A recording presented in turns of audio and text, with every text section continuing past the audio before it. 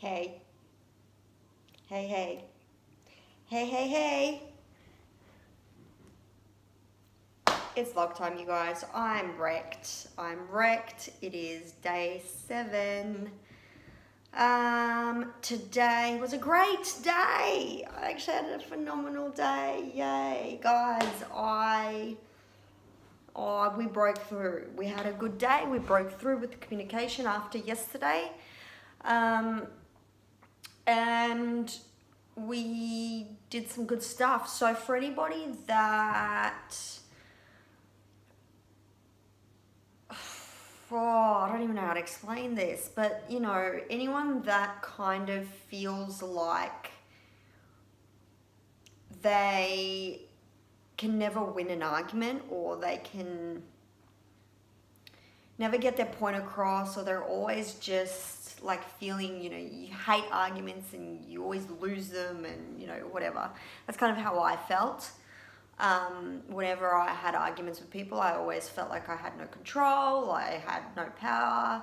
I'd always feel very helpless in arguments, and I just would forget my points, and I could just never really be in an argument. And that's one of my biggest fears when it comes to like relationships and in general, those arguments, because I end up just curling into a ball and just suppressing all my emotions, and then 6 months later like exploding like a crazy person. So this morning we had a bit of a breakthrough moment where I kind of basically had a battle with myself internally. So for anybody that does struggle with this, and they're quite petrified of arguments, because I genuinely am. The people are like, I don't like confrontation. Like, I'm petrified of them. If I was to have a phobia, I would have a phobia of arguments. I hate them so much. So I had to do something today that was fairly uncomfortable, but it was so effective. So I just really wanted to share that with you guys quickly, because today is going to be a bit of a shorter one. I'm dead.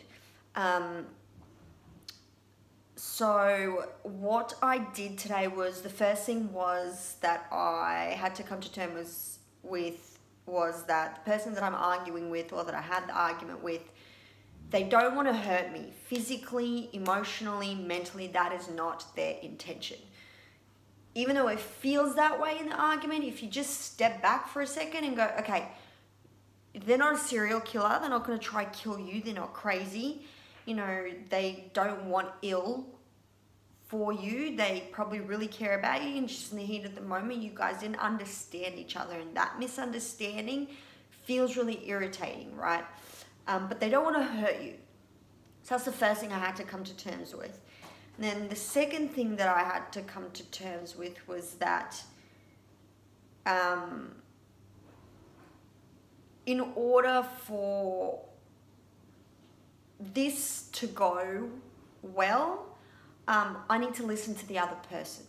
So I really leaned into the love and connection, and kind of thought, okay, well, this other person obviously didn't feel heard or supported or anything like that. So I had to think of it from their point of view. And then once I thought of it from their point of view, I was kind of like, okay, well, I could have been better in terms of my communication. I could have been better in terms of this and in terms of that, you know. But the hardest thing that I had to really kind of step over was that niggling, like, yeah, but, you know, they made me upset. You know, this person made me cry. So why aren't they like picking up the phone and like apologizing? It's their job, you know. I shouldn't have to think of them.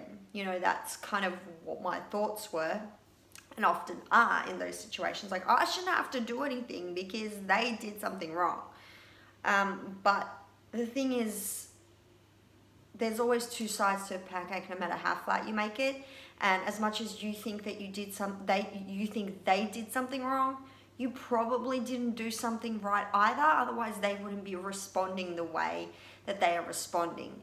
So if someone else is also responding in a way that is not positive in the communication, that means that probably you said something that wasn't right for them either.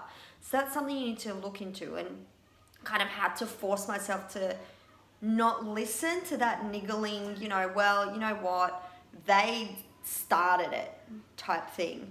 And kind of step over that, be like, all right, do you know what, I'm going to be the bigger person in this situation. Not for them, like I'm going to be better than myself, than my thoughts, than all of that inside chatter. And I'm just going to be love and connection and genuinely be there for the other person and say, hey, sorry, like from my end, this is what I didn't do right. This is what could have been better, and I'm really sorry that that wasn't there for you, and all of that kind of thing. And the moment I kind of went into the phone call this morning to apologize, I kind of was like, oh, you know, I apologize for whatever it is that I needed to apologize for. And like straight away, it was just bang, bang, bang. And we came up with, you know, solutions here, solutions there, bang, bang, bang. And then finished the conversation, and it just felt like, oh my God, I can control arguments. You know, I'm not helpless. I'm not, you know, a victim in arguments. It's okay. You know, an argument actually can bring us closer. An argument can actually be de-escalated before it gets to the crying. You know, there are clearly things that need to be worked on, and this person wants to do it with me, or, you know, whatever it is. So, yeah, so for anybody that kind of is petrified of arguments or petrified of confrontations, petrified or anything like that, number one thing is don't listen to yourself and your reasons for why you shouldn't have to do something, because nobody owes us anything at the end of the day. You aren't perfect, and you will feel so much better about the fact that you can calm someone else down and yourself in the process, because they will be willing to come to an agreement much quicker. Looks like that's what happened today. So that's my little hot tip for anyone that's really scared of that. Just when you're in the heat of it, I know it's hard, but just stop for like 3-4 seconds and think of the other person, and stop listening to yourself, because there are two sides to a pancake.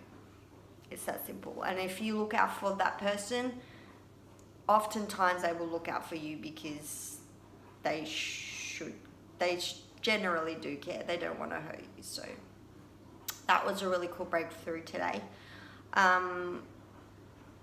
Did my morning cardio, did all my morning routines, by the way, and felt phenom, felt great, guys. Holy cow, no sugar, minimal carbs, moving twice a day, poor, brilliant, loving life. Yeah, doing good things. I'm slowly preparing for work mentally in my head, so that's coming up. I'll let you guys know how first day of that goes, but yeah, that's it. That's all I got for you guys today. Hope you had a good second day of work for anyone that it's second day, and see y'all tomorrow. Bye.